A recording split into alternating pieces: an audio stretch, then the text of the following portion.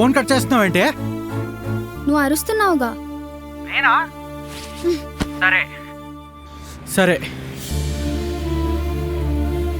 సరే అరవను.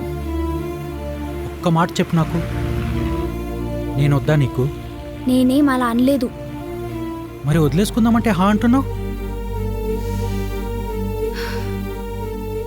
ఏమో, నీ ఇష్టం. సరే, నా ఇష్టం. ఒకవేళ వదిలేసుకోవడమే అయితే ఓకే. ఓకేనా? ఓకేనా? సరే, వాడినే పెళ్లి చేసుకొని హ్యాపీగా ఉండు. ఓకే.